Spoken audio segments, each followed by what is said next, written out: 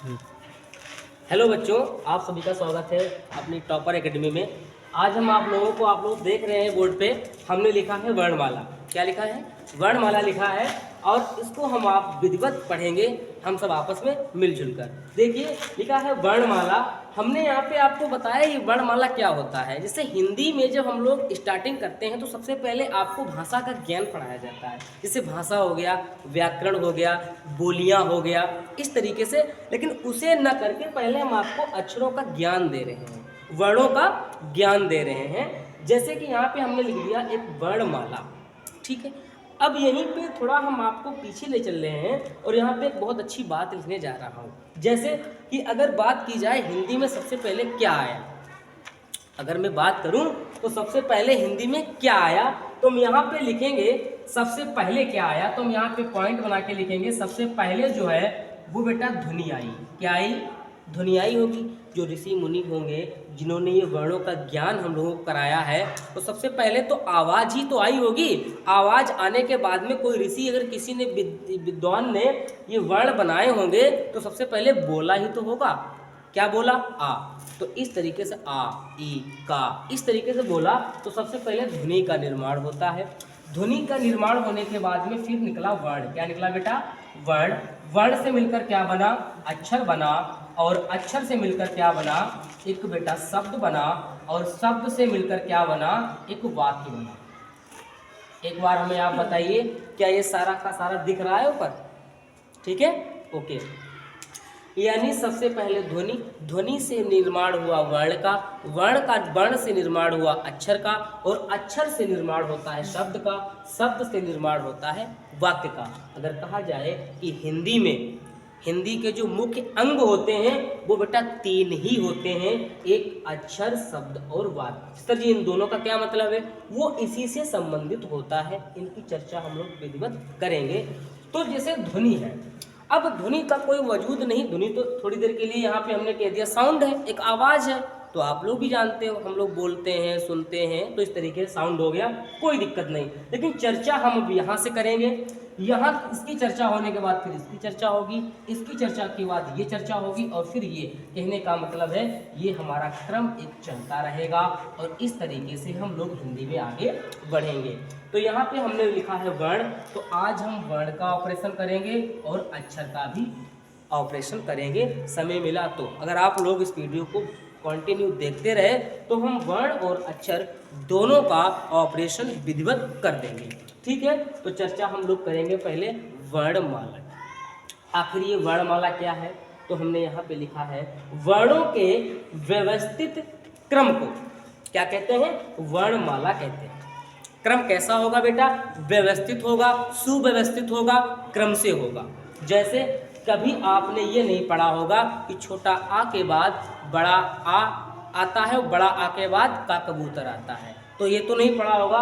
ऐसे ही पढ़ा होगा आ, ई, उ, री, ए, ऐ, ओ, औ, अंग, आ, क, ख, ग, घ, यंगा, च, छ, ज, झ, उआ, ट, ठ, ड, ढ, अड़, त, थ, द, ध, न, प, प, ब, भ, म, य, र, ल, व, श, स, ष, ह।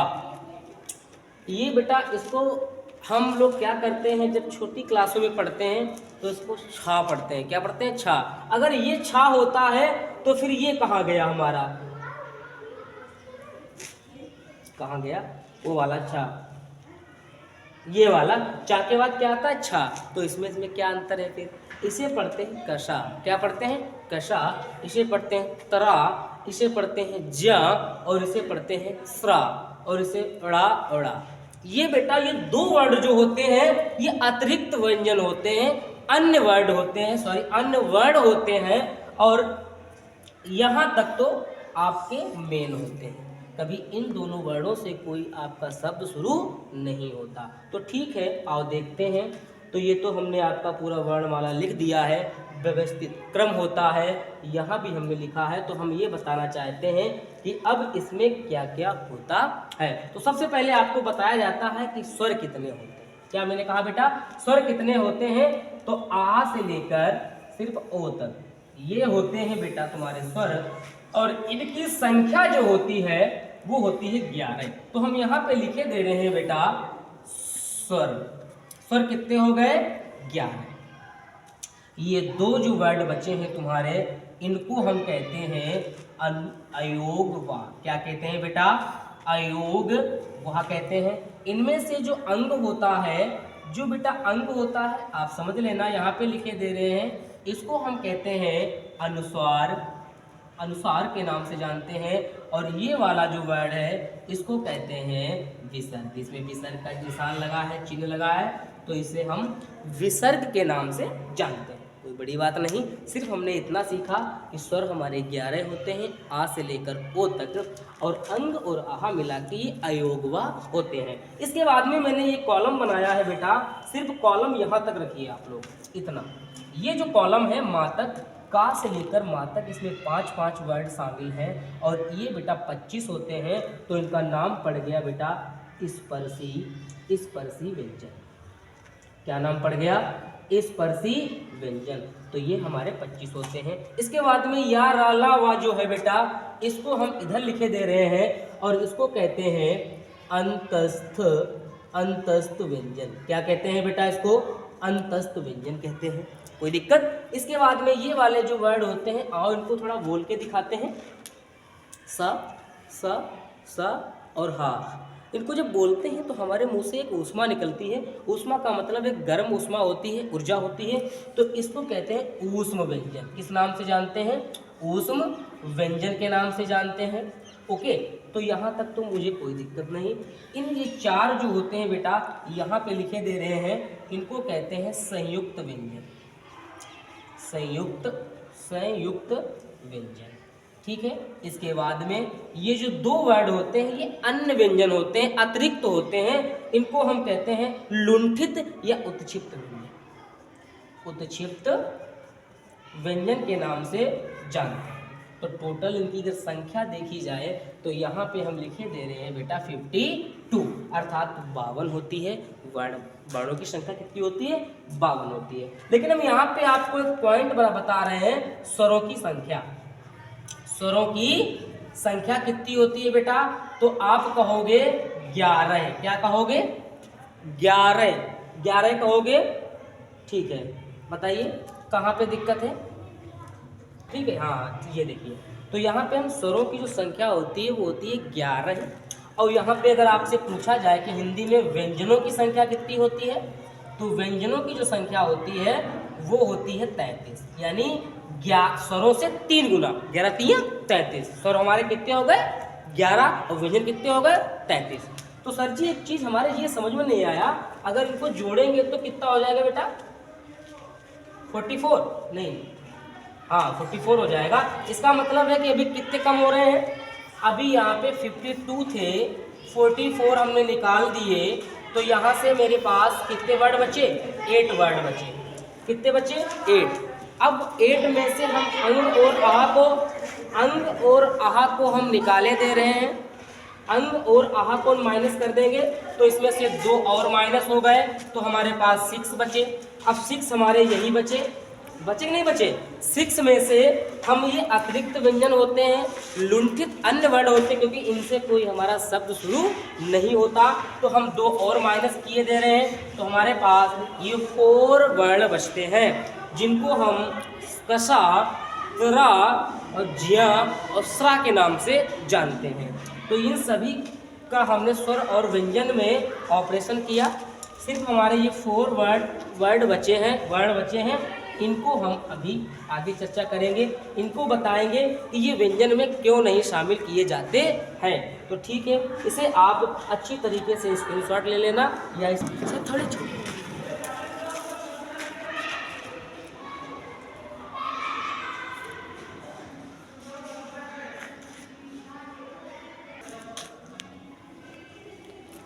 ठीक है, अभी हम लोगों ने 48 यानी 48 वर्णों का ऑपरेशन कर लिया। कौन स्वर होते हैं और कौन व्यंजन होते हैं और कौन अतिरिक्त वर्ण होते हैं।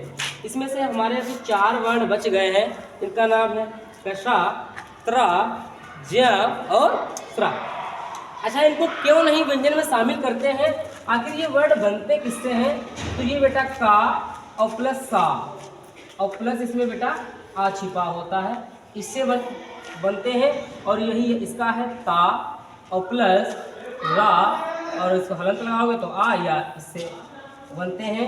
और इसे कहते हैं जा और प्लस हुआ, इसको हलंत लगाओगे तो ये आ हो जाएगा। इसके बाद में स्रा जो है वो सा और प्लस रा और प्लस आ से बनता है। ठीक है, देखा जाए तो आपको ज़्यादातर जो वर्ण है वो आपको इसमें मिलेंगे, सिर्फ इतना लिखा हुआ मिलेगा। इसमें जो है वो ता और प्लस रा में लिखा मिलेगा, और उसके बाद में जा और प्लस उआ में मिलेगा, और उसके बाद में सा और प्लस रा में मिलेगा। आखिर हमने ये एक्स्ट्रा आपको क्यों लिख दिया? इसमें हलंत भी लगा दिया और इसमें हमने हलंत नहीं लगाया। तो आओ इसकी चर्चा, अब समझ में आ गया। सा जो होता है वो का और सा से मिलकर बनता है, इसीलिए हम इसको कषा पढ़ते हैं। त्रा जो होता है वो तारा से मिलकर बनता है, इसीलिए हम तरा पढ़ते हैं। ज्या जो है वो ज्या और कुआं से मिलकर बनता है, इसीलिए ज्या पढ़ते हैं। और इसरा जो होता है वो सा और रा से मिलकर बनता है, तो इसीलिए सरा पढ़ते हैं।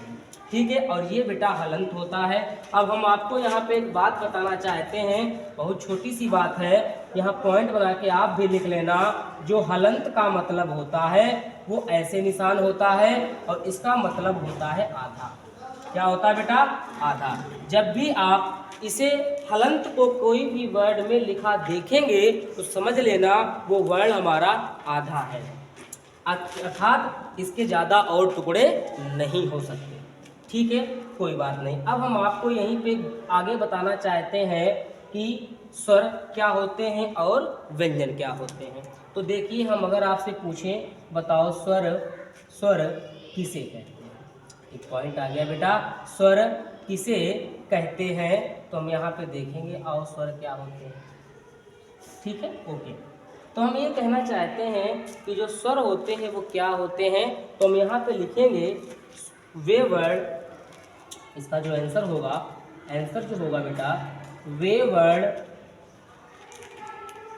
जो स्वतंत्र रूप से बोले जाएं, उन्हें स्वर कहते हैं। अब देखो, यहाँ पे बहुत अच्छी बात हमको मिली सीखने के लिए कि हमने कहा है कि वे वर्ण जो स्वतंत्र रूप से बोले जाएं उनको ही स्वर कहा जाता है। स्वतंत्र का मतलब होता है उन पे कोई जोर दबाव नहीं है, वो बिल्कुल स्वतंत्र है। जैसे हमने यहाँ लिखा आ, ई, ऊ और री, फिर ए ओ और ओ। क्या बेटा 11 हुए कि नहीं? आप गिनते हैं 1 2 3 4 5 6 7 8 9 10 11, यानी हमारे 11 स्वर हुए।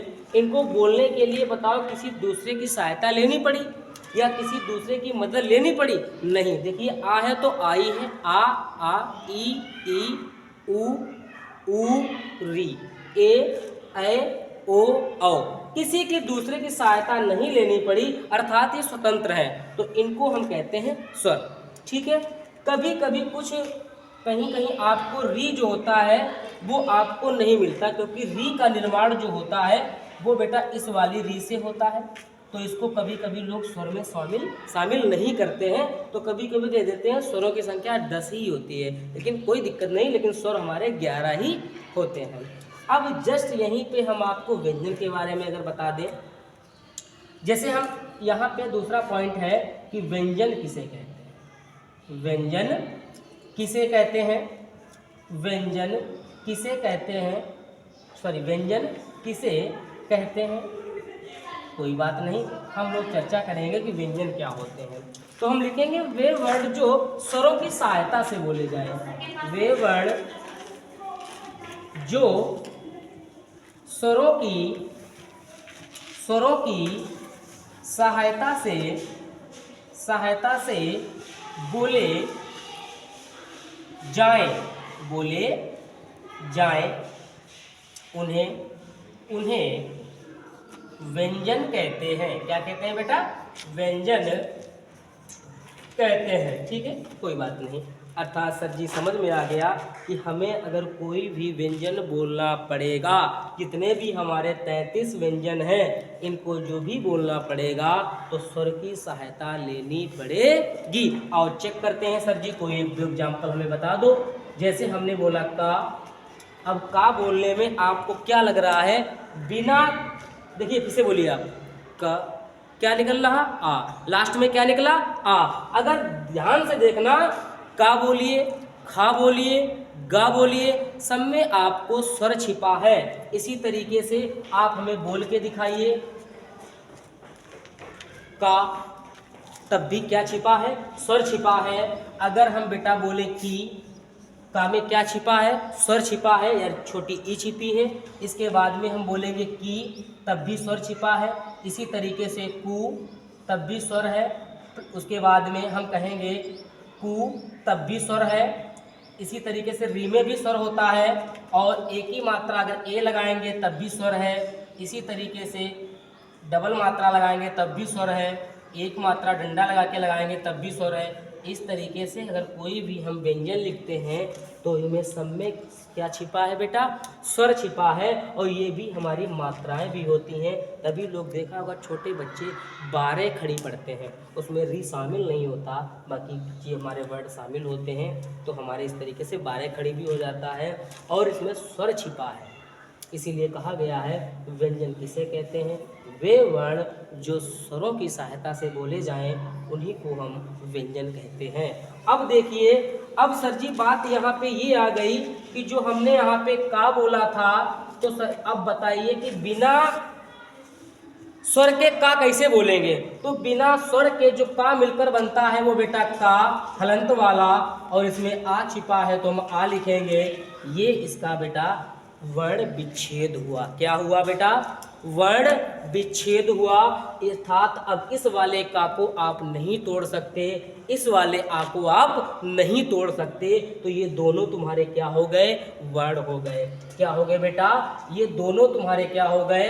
ये तुम्हारे वर्ण हो गए। और ये वाला तुम्हारा क्या हो गया? तो मेरे भाई ये तुम्हारा हो गया अक्षर। अगर यहाँ पे नहीं दिख रहा है तो ये चीज़ हम आपको ऊपर बताने वाले हैं। इसे हम आपको रफ करे दे रहे हैं, जस्ट इसके बाद हम आपको ऊपर इसकी समझाने की कोशिश करेंगे। यहाँ पे देखिए, अब जो हमने आपको एक वर्ड लिया था जिसका नाम था बेटा, जिसका नाम था का, और का को मैंने 2 पार्ट में तोड़ दिया, का और प्लस आ। अब ये दोनों वर्ड जो हो गए ये तुम्हारे वर्ण कहलाते हैं। क्या कहलाते हैं? ये वर्ण कहलाते हैं। और ये पूरा जो का है ये बेटा अक्षर कहलाता है। तो मुझे अब समझा दो, वर्ण और अक्षर में समझ आया? वर्ण और अक्षर में अंतर समझ में आया? कि कहने का मतलब वर्ण छोटा होता है और अक्षर बड़ा होता है। अब यहाँ पे हम आपको ये बताना चाहते हैं कि वर्ण किसे कहते हैं। वर्ण किसे कहते हैं? वहाँ पे हमने कहते हैं, वहाँ पे हमने लिखा था वर्णमाला, लेकिन हम यहाँ पे आपसे पूछना चाहते हैं वर्ण किसे कहते हैं? क्योंकि वर्ण वो होता है वह रूप, ध्वनि का वह रूप। हम यहाँ लिखेंगे बेटा ध्वनि, आंसर में लिखेंगे ध्वनि का वह रूप, ध्वनि का वह रूप जिसका या जिसके और जिसके टुकड़े ना किए जा सके, टुकड़े ना किए जा सके, उसे उन्हें या उसे वर्ण कहते हैं, उसे वर्ण कहते हैं। देखो बेटा बहुत छोटी बात समझा रहा हूँ, बहुत अंदर की बात बता रहा हूँ। वर्णमाला की परिभाषा अलग है और वर्ण की परिभाषा अलग है। वो होता है व्यवस्थित क्रम, और ये होता है कोई ध्वनि का ऐसा रूप जो उसके भी टुकड़े न हो सके, उसे कहते हैं वर्ण। क्योंकि अक्षर वर्णों से बड़ा होता है। अक्षर के तो टुकड़े हो सकते हैं लेकिन वर्णों के टुकड़े नहीं हो सकते हैं। अगर हम यहाँ पे कोई अक्षर लेते हैं बेटा, अगर यहाँ पे कोई अक्षर लेते हैं, मान लो मैंने खा ले लिया, तो इसके हम टुकड़े कर सकते हैं। किसमें? हलंत खा में और प्लस आ में। तो ये दोनों क्या हो गए? ये दोनों तुम्हारे वर्ण हो गए और ये तुम्हारा बेटा अक्षर हो गया। क्या अक्षर और वर्ण में समझ में आया? आया कि नहीं आया? इसी तरीके से हम आपको कुछ एग्जाम्पल ले रहे हैं, आप कुछ भी लिख दीजिए। हमने यहाँ पे लिख दिया मार्मिक। क्या लिख दिया बेटा? मार्मिक लिख दिया, सॉरी मार्मिक लिख दिया। आप कुछ भी लिख दीजिए। हमने यहाँ पे लिख दिया गोपाल, हमने यहाँ पे लिख दिया राधा, या हमने यहाँ पे लिख दिया राधा, या हमने लिख दिया कोमल। कुछ भी आप लीजिए, कठिन से कठिन वर्ड सब मतलब शब्द ले लीजिए। अब तो समझ में आ गया, वर्ण से मिलकर अक्षर बनता है, वर्णों से मिलकर ही तो अक्षर बनता है। वही तो मैं यहाँ बता रहा हूँ। जब मेरा अक्षर कंप्लीट हो गया, अक्षर आप सीख गए हो, तो मैंने कुछ आपको शब्द ले लिए और इन शब्दों का मैं वर्ण विच्छेद कर रहा हूँ। क्या कर रहा हूँ बेटा? वर्ण विच्छेद कर रहा हूँ। क्या हम यहाँ पे लिख दें वर्ण विच्छेद? कोई दिक्कत तो नहीं, समझ में आ जाएगा। अब हम लोग यहाँ पे वर्ण विच्छेद लिखे दे रहा हूँ बेटा। अब मैं इस चीज़ का वर्ण विच्छेद करूँगा तो हमें ये चीज़ आप समझ जाओगे। फिर जो वर्णमाला में और भी चीज़ें होंगी वो हम आपको अलग से बताएंगे, उसके बाद में हम शब्द की चर्चा करेंगे, लेकिन अभी नहीं। मार्मिक लिखा है बेटा, माँ है, हलंत क्या है? बड़ा आ छिपा है, प्लस रा है। ये क्या लगा बेटा? रा। अब ये बताओ, मार्मिक पढ़ोगे तो रा पहले पढ़ोगे ना, तो रा आधा है कि पूरा? तो रा आधा है, तो हम रा में हलंत लगा दें। अब बताओ इसमें स्वर लगा? स्वर का है भाई, जब वो आधा ही है ना। मार्मिक। अब माँ बनाएंगे हलंत वाला, छोटी ई है तो भैया छोटी ई ला लो, और प्लस का है, का में आ छिपा है मेरे भाई, तो हमारा ये मार्मिक बन के तैयार हो गया। ये वर्ण विच्छेद हुआ कि नहीं हुआ? अब ये एक तरीके से हमारे ध्वनि भी हैं। अब पूरा नहीं कर पा रहे हो ना, इनका वर्ण अब इनसे ज़्यादा नहीं टूटेगा। गोपाल लिखा है तो गा बनेगा हलंत वाला, ओ की मात्रा है तो बेटा सिंगल ओ लगेगा, प्लस पा है, प्लस बड़ा आ लगेगा, और प्लस बेटा ला में भी आ लगेगा। कोई दिक्कत? राधा है तो रा बनेगा, बड़ा आ लगेगा, भा है बेटा आधा, और प्लस बड़ा आ लगेगा। कोमल है बेटा का, प्लस ओ की मात्रा, और प्लस माँ, और प्लस आ, प्लस ला, और प्लस आ। इनका मैंने वर्ण विच्छेद कर दिया। इस तरीके से वर्ण समझ में आ गया, ध्वनि समझ में आ गई, वर्ण समझ में आ गया, अक्षर समझ में आ गया, स्वर समझ में आ गए, व्यंजन समझ में आ गए, 52 वर्ण समझ में आ गए। ये होता है वर्णमाला। अब यहाँ से एक नया टॉपिक अलग से मिलेगा जिसे कहते हैं शब्द विचार या शब्द रचना। वो आगे पढ़ाएंगे, इसमें नहीं पढ़ाएंगे, लेकिन अभी जो वर्णमाला में बचा है वो टॉपिक नेक्स्ट डे करवाएंगे अगले वीडियो में। बाकी इतना आप पहले तैयार करिए। वर्ण विच्छेद तक हमने करा दिया है। जो भी टॉपिक आगे रहेंगे, महाप्राण रहेगा, अल्प प्राण रहेगा, घोष रहेगा, अघोष रहेगा, लुंठित और भी वर्ड होते हैं, वो चर्चा हम नेक्स्ट वीडियो में करेंगे। आज तक का तो यहीं तक रखेंगे। धन्यवाद आपके इस टॉपर एकेडमी में। बाकी आप लोग शेयर करिए, लाइक करिए, सब्सक्राइब करिए और इस चैनल को आगे बढ़ाने की कोशिश करिएगा। धन्यवाद।